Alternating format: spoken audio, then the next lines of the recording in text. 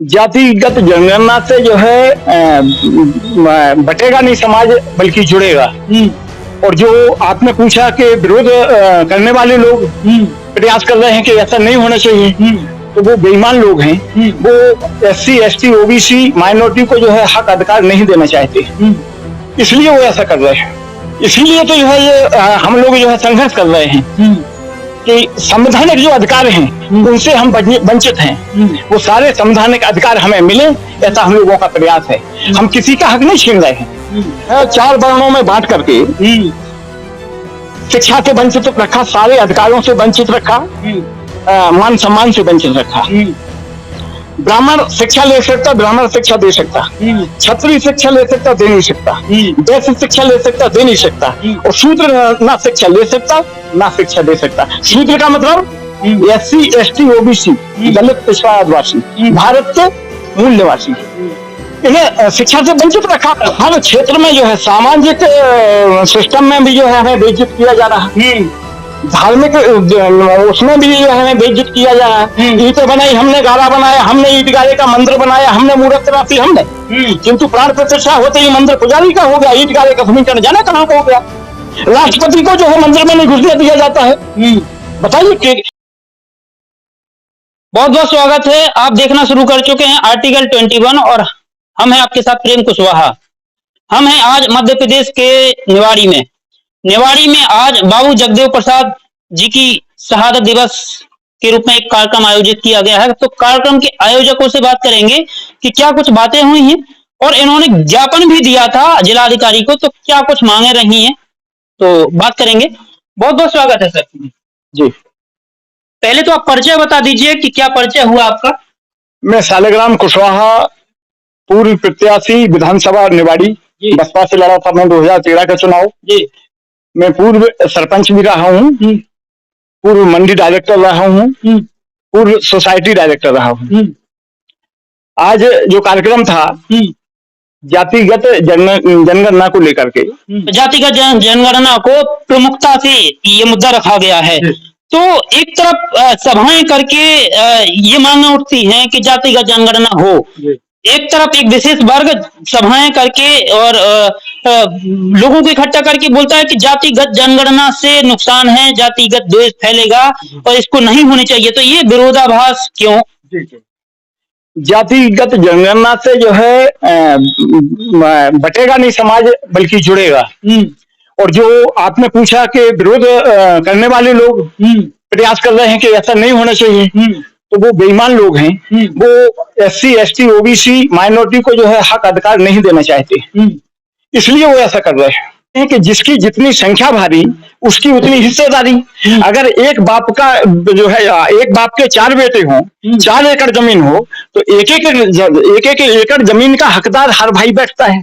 वही हम चाहते हैं। अब कहने को तो ये नारा देते हैं, पुरखों से, पूर्वजों से जो है नारे लगते आए हैं भारत में, खासतौर से इन्हीं के पुरखों ने लगाए, आज ये लगाते हैं। वसुधैव कुटुंबकम का नारा देते हैं और अपने ही देश के अपने ही भाइयों को जो है अपना भाई नहीं मान पा रहे हैं, उनके चेहरों पे पेशाब करते हैं, जाति सूचक शब्दों से अपमानित करते हैं, हक अधिकार नहीं दे रहे हैं। SC ST OBC का जो माइनॉरिटी का जो हिस्सा है उसका 10% भी अभी तक नहीं मिल पाया है, आरक्षण के बावजूद बेईमानी हो रही है। इसलिए जातिगत जनगणना होने के बाद उस हिसाब की कल्याणकारी योजनाएं बनेंगी ताकि उनको उनका हक मिल पाएगा। इसलिए हम लोग जातिगत जनगणना चाहते हैं और समता मूलक व्यवस्था देश में हो, जो है सदियों पहले थी, हजारों साल पहले थी। बड़ा सवाल है आपसे कि 1947 में देश आजाद हुआ, संविधान बना, संविधान लागू हुआ, लोकतंत्र स्थापित हुआ। क्या लगता है कि लोकतंत्र जन जन तक पहुंच पाया है? बिल्कुल नहीं पहुंच पाया है। इसीलिए तो जो है ये हम लोग जो है संघर्ष कर रहे हैं कि संवैधानिक जो अधिकार हैं उनसे हम वंचित हैं। वो सारे संवैधानिक अधिकार हमें मिले, ऐसा हम लोगों का प्रयास है। हम किसी का हक नहीं छीन रहे हैं, और बल्कि हम ये भी चाहते हैं। सपा बसपा में मैंने पूरी जिंदगी निकाली है। 1977 से मैं जो है काम कर रहा हूँ, जनता पार्टी से लेकर के आज बसपा तक। तो हमारे लीडर जो है, चाहे वो माननीय मुलायम सिंह जी रहे हों, चाहे माननीय बहन जी रही हों, वो भी इस पक्ष में रही। भाई गरीब तो गरीब होता है, गरीब की कोई जाति नहीं होती है। दुनिया में गरीब की कोई जात नहीं होती, उसकी कोई औकात नहीं होती, उसकी कोई उजली रात नहीं होती। गरीब तो बस गरीब होता है, मौत के बिल्कुल करीब होता है, अपने आप को लाश बना ढोता है, धरती को आंसुओं से भिगोता है, दिन रात हर युग में दिन रात यही गया जोता है, फिर भी अलमस्त है, दिन रात कार में व्यस्त है, पालतू पिंजरे का तोता है, भारत माँ को पोता है। तो हम उसको जो है अंतिम व्यक्ति की लड़ाई हम लोग लड़ रहे हैं। अगर हम जो है क्रीमी लेयर वाले हैं तो हमें उसका अधिकार ना मिले, जिसको आरक्षण की, अब आर्थिक स्थिति की बात कर रहे हैं, तो आरक्षण की जब नींव डाली गई है तो आरक्षण को वो जो है पिछड़े वर्ग को अलग से हो, लेकिन जो है दुश्मनों की साजिश है, बेईमानों की साजिश है कि इन्हें अति पिछड़ा में बांट दो, दलित अति दलित में बांट दो। अरे दलित को आरक्षण हो गया, उसमें फिर जो है गरीबों को छाटो ना, पिछड़े वर्ग को आरक्षण देके। आरक्षण कोई गरीबी उन्मूलन कार्यक्रम था क्या? नहीं, गरीबी उन्मूलन कार्यक्रम तो जो है संविधान में ये व्यवस्था थी बाबा साहब ने, गरीबी उन्मूलन योजनाएं चलाई कांग्रेस के जमाने में चली हैं, लेकिन आरक्षण जो लेके आए थे, क्या उद्देश्य से लेके आए थे ये बताइए। ये समता मूलक समाज बने, ना कोई गरीब रहे ना कोई अमीर रहे, सबको बराबर का सम्मान मिले, इसलिए वो जो है आरक्षण की व्यवस्था लेके आए थे। जो कमजोर है, एक तरह की जो है बैसाखी समझ लीजिए इसको, कि अगर किसी के पांव में फ्रैक्चर हो गया तो जब तक वो फ्रैक्चर ठीक ना हो जाए तब तक वो बैसाखी आरक्षण के रूप में जो है देना चाहते थे। लेकिन इतनी विसंगतियां रही, जो है इतने बेईमान लोग सत्ता में बैठे रहे कि उन्होंने जो है, वैसे तो 10-15 साल में ये कवर हो जाता अगर ईमानदारी उनकी नीयत में खोट नहीं होती तो, लेकिन बेईमानी की। तो जब तक समाज में समता ना आ जाए तब तक आरक्षण जरूरी है, चाहे वो जो है 2000 साल तक चले। ये हम लोगों की मांग है। आरक्षण की जब नींव रखी गई है तो उसमें ये चर्चा हुई है कि जिनको जाति आधारित भेदभाव हुआ, जाति के द्वारा प्रताड़ित किया गया, शिक्षा से वंचित रखा गया, इसीलिए उनको लेवल में लाने के लिए या उनको। हाँ बिल्कुल, जैसे पिछड़े वर्ग की जातिगत जनगणना हो जाए, SC ST OBC माइनॉरिटी की हो रही है, हाई कास्ट की हो जाए, तो हर जाति का पता लग जाएगा कि इसका लेवल क्या है, शिक्षा का लेवल क्या है, आर्थिक लेवल क्या है, बौद्धिक लेवल क्या है। ये सारी जो है, जैसे राजनीति में भारी पिछड़ा है, क्योंकि जो है जो पावरफुल पार्टियां हैं वो टिकट नहीं देती हैं अन्य पिछड़ों को। अगर जो है जातिगत जनगणना हो जाएगी और जब जो है आरक्षण उसी हिसाब से मिलने लगेगा, उसी अनुपात में मिलने लगेगा, तो उसमें अनुपात में फिर टिकट मिलेंगे, वो अपने हक अधिकार की बात वहां करेंगे सदन में जाके। जो मनुवादी प्रवृत्ति के लोग हैं, जो मनुवादी सोच के लोग हैं, जो आदमी को जानवर से बदतर समझते हैं, वो हमें अधिकार देंगे क्या? इसलिए जो है जातिगत अहम सवाल सुन लीजिए। आर्थिक आधार पे और जाति आरक्षण में क्रीमी लेयर लगाने की बात होती है, तो एक तरफ 8 लाख सालाना आय वाला व्यक्ति क्रीमी लेयर की दायरे में आता है, एक तरफ 8 लाख वाले को आरक्षण दिया जाता है, एक तरफ वो गरीब है, दूसरी तरफ अमीर है। ये भेदभाव क्यों? अरे श्रीमान, यही तो जो है बेईमानी है, इसीलिए तो बेईमानी ये सत्ता में बैठे लोग कर रहे हैं। जो है हर क्षेत्र में जो है सामाजिक सिस्टम में भी जो है हमें बेइज्जत किया जा रहा है, धार्मिक उसमें भी जो है हमें बेइज्जत किया जा रहा है। ईंटें बनाई हमने, गारा बनाया हमने, ईट गारे का मंदिर बनाया हमने, मूर्त राशि हमने, किंतु प्राण प्रतिष्ठा होते ही मंदिर पुजारी का हो गया, ईट गारे का समीकरण जाने कहां को हो गया। राष्ट्रपति को जो है मंदिर में नहीं घुसने दिया जाता है। बताइए कि बड़ी विडंबना है इस देश की। जो है आरक्षण खत्म होने करने की बात करते हैं, समता मूलक समाज बनाने की बात करते हैं, और राष्ट्रपति अगर छोटी जाति के हैं और उनको नहीं बुलाया जाता, तो क्या लगता है कि ये आरक्षण खत्म होना चाहिए जब जाति भेदभाव खत्म नहीं हुआ? तो भाई ऐसा है, जैसे आरक्षण मिलने के बाद जो है हमारे लोग जो है जब हर सिस्टम में पहुंच जाएंगे, सेट हो जाएंगे, तो ऑटोमेटिक हमें जो है हक अधिकार मिलने लगेंगे, सम्मान मिलने लगेगा। इसलिए जरूरी है जातिगत जनगणना करा के, उनकी स्थिति की पहचान करा के, उनका एक्सरे करके और उस हिसाब से कल्याणकारी योजनाएं बनाई जाए। किसी के यूथ को क्या मैसेज देना चाहेंगे कि जिसमें से वो अपनी नौकरियां, अपना सम्मान सुरक्षित रखे और उज्जवल भविष्य के लिए अग्रसर हो। भाई अपने जो है हिस्सेदारी पर अपने भाई का सिर फोड़ देते हैं लोग, तो उसने हमारे जो है ज्यादा खेत जोत लिया था। अच्छा। पिता ने हमें हक नहीं दिया। आपने देखा होगा पिता का मर्डर कर देते हैं, तो बेईमान है पिता। और ये यहाँ तो हमारा सब कुछ लूट रहा है। तो युवाओं से हमारा यही कहना है कि भाई अपने हक अधिकार के लिए लड़िए, अपने मान सम्मान के लिए लड़िए। ये आपका देश है, आप इस भारत के मूल निवासी हैं। और आपको जो है हक अधिकार नहीं मिल रहे हैं, जबकि जो है विदेशी ताकतें तुम्हारे ऊपर राज कर रही हैं। आज ये बाहर से आए हुए लोग वो राज कर रहे हैं और तुम्हारे हक अधिकार से वंचित कर रहे हैं, तुम्हारे को तरह तरह से प्रताड़ित कर रहे हैं, बेइज्जत कर रहे हैं। एक आदिवासी भाई को जो है चेहरे पे पेशाब किया गया, जातिगत शब्दों से उसको जो है अपमानित किया गया, खुद भाजपा के नेता ने, पावरफुल नेता ने। तो ये हो रहा है सब जो है। तमाम बलात्कार हो रहे हैं जो है दलितों पिछड़ों आदिवासियों के साथ। तो समस्या एक नहीं है, तमाम समस्याएं हैं और ये केवल एक ही रास्ता है, शिक्षा सत्ता। हमारा वर्ग शिक्षित होना चाहिए और जब सत्ता में हमारी बराबरी की भागीदारी होगी तो ना हम किसी पे जो है भारी पड़ेंगे, ना वो हम पे भारी पड़ेंगे। ये हम चाहते हैं, हम अन्याय नहीं चाहते। समता मूलक भाई है, समता मूलक समाज बनाने की सवाल सुन लीजिए। समता मूलक समाज बनाने की बात करते हैं, कोशिश करते हैं एक तरफ, और दूसरी तरफ कथा भागवत, कांवड़ यात्रा, भंडारा, ये सब कुछ करवा के युवाओं को भ्रमित करने के लिए कोशिश की जाती है, पुरजोर कोशिश की जाती है। तो आपके पास दूसरा क्या रास्ता होगा कि युवाओं को उस रास्ते पे देखिए, हमें जो है 4 वर्णों में बांट करके शिक्षा से वंचित रखा, सारे अधिकारों से वंचित रखा, मान सम्मान से वंचित रखा।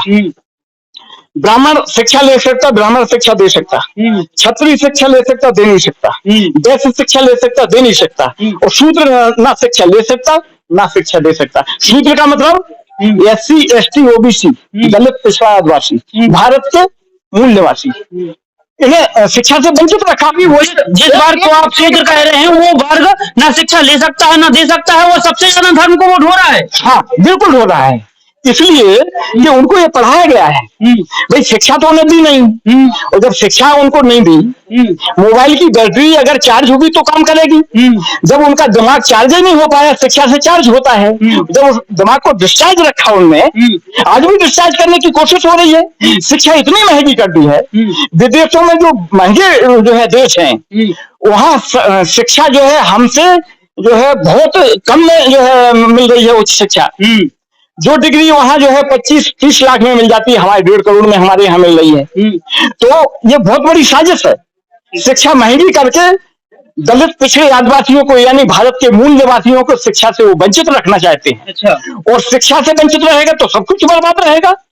हमारे महापुरुष जिसने शिक्षा के द्वार खोले, महात्मा फुले ने कहा कि विद्या बिन मति गई, मति बिन गई नीति, नीति बिन गति गई, और गति बिन हम ढलीन हुए। तो ये सारा अनर्थ अविद्या के कारण हुआ है।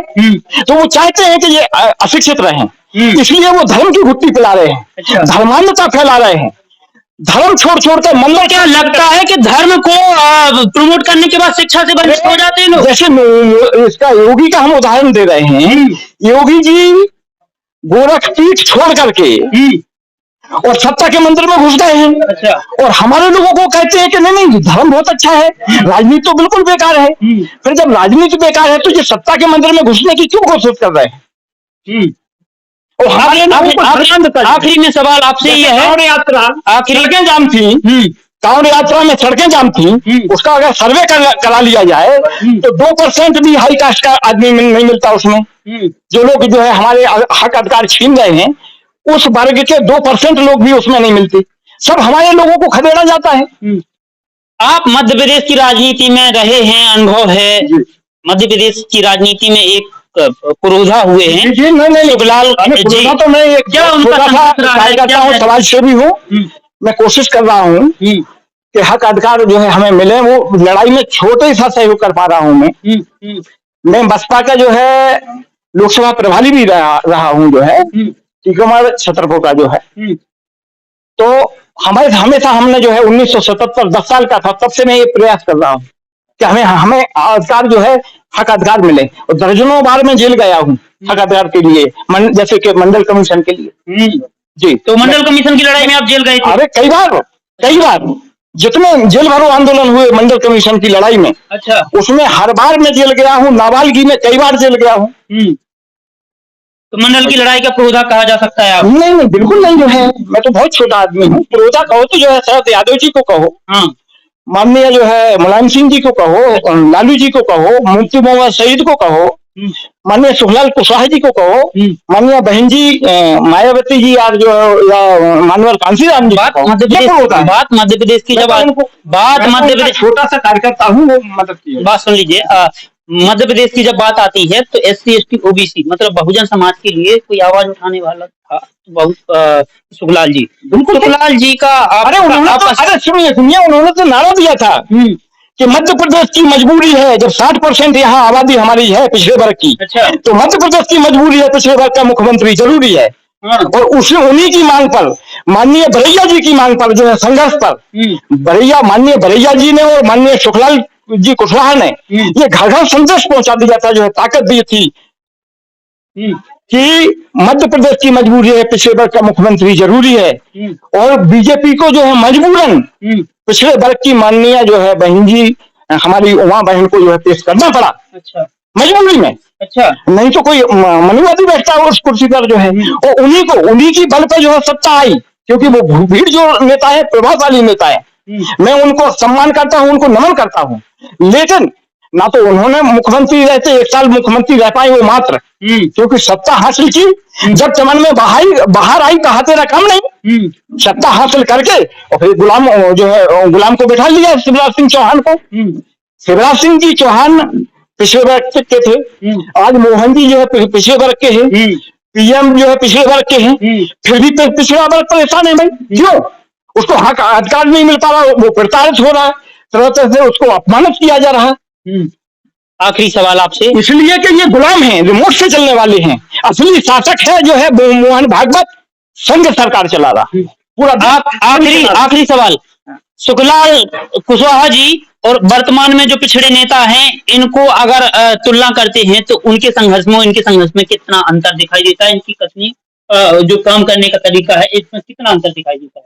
किन नेताओं? वर्तमान में जो पिछड़े नेता मध्य प्रदेश में काम कर रहे हैं, चाहे वो यादव हो, चाहे कुशवाहा हो, चाहे और भी पिछड़े वर्ग हो, उनके संघर्ष में कितना अंतर है?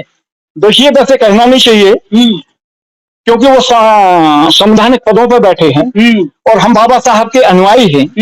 बाबा साहब की व्यवस्था में वो उन पदों पर आसीन हैं, तो नहीं कहना चाहिए। लेकिन जब आप पूछ रहे हैं, कुरेद रहे हैं, तो जो है मैं अपनी बात रख रहा हूँ, अपने ये मेरी व्यक्तिगत बात है कि जिन लोगों के आप पिछड़े वर्ग के लोग कह रहे हैं, उसमें 2 प्रकार के लोग हैं, एक नेता है, दूसरा चमचा है। तो चमचा आसीन पदों पर आसीन है, अगर नेता होते तो जो है पिछड़े वर्ग को इतनी परेशानी नहीं होती है। पिछड़े वर्ग के नेता नहीं है मध्य प्रदेश में? नहीं, वो चमचा है, रिमोट से चलने वाले चमचा, दूसरों के इशारों पर नाचने वाले लोग हैं। और जिस दिन वो नहीं नाचेंगे, उनको जो है पद से पृथक कर दिया जाएगा, बेइज्जत कर दिया जाएगा। जो है यही हाल कल्याण सिंह जी का हुआ था। जैसे उन्होंने जो है, जब तक वो चमचागिरी करते रहे, मैं उनको नहीं कहना चाहिए, हमारे लोग हैं वो, लेकिन जब तक वो उनकी सेवा में रहे, तब तक जो है उनको जो है पद पे आसीन रहने दिया। और जैसे उन्होंने पिछड़े वर्गों की, दलितों की, आदिवासियों की बात करना शुरू की, तो पद से नहीं, पार्टी से भी जो है अलग कर दिया गया था। जो उन्हीं की जन राम मंदिर जो है, उनकी सरकार जो है, उन्होंने सरकार कमाई थी राम मंदिर के पीछे, इतना अपमान किया उनको कि भूमि पूजन जब हुआ तो उनको जो है, जो वो जिंदा थे, जो है आज तो वो इस दुनिया में नहीं है, तो भी उनको जो है नहीं बुलाया था। जो है जो लोग जो है उमा भारती जैसे लोग जो है, जिन्होंने राम मंदिर के लिए संघर्ष किया, किसी को नहीं बुलाया, कि मोदी जी करके जो चले आए थे। एक सवाल और मिला के, पिछड़े दलित वर्ग के नेता अगर अन्य पार्टियों में रह के काम करते और लोगों के लिए काम करते, वो अच्छा काम करते, पर उनकी आवाज को दबाने की पुरजोर कोशिश की जाती है। क्या लगता है ये विरोधाभास क्यों और किन के द्वारा होता है ये? नहीं, वो जो है, जो लोग जिन पार्टियों में काम कर रहे हैं, वो समाज के लिए काम नहीं कर रहे हैं, देश के लिए काम नहीं कर रहे हैं, वो खुद अपने लिए काम कर रहे हैं। अच्छा। कि मुझे ऊंचे से ऊंचा पद मिल जाए, मेरा घर भर जाए, ये हो रहा। अच्छा। हाँ।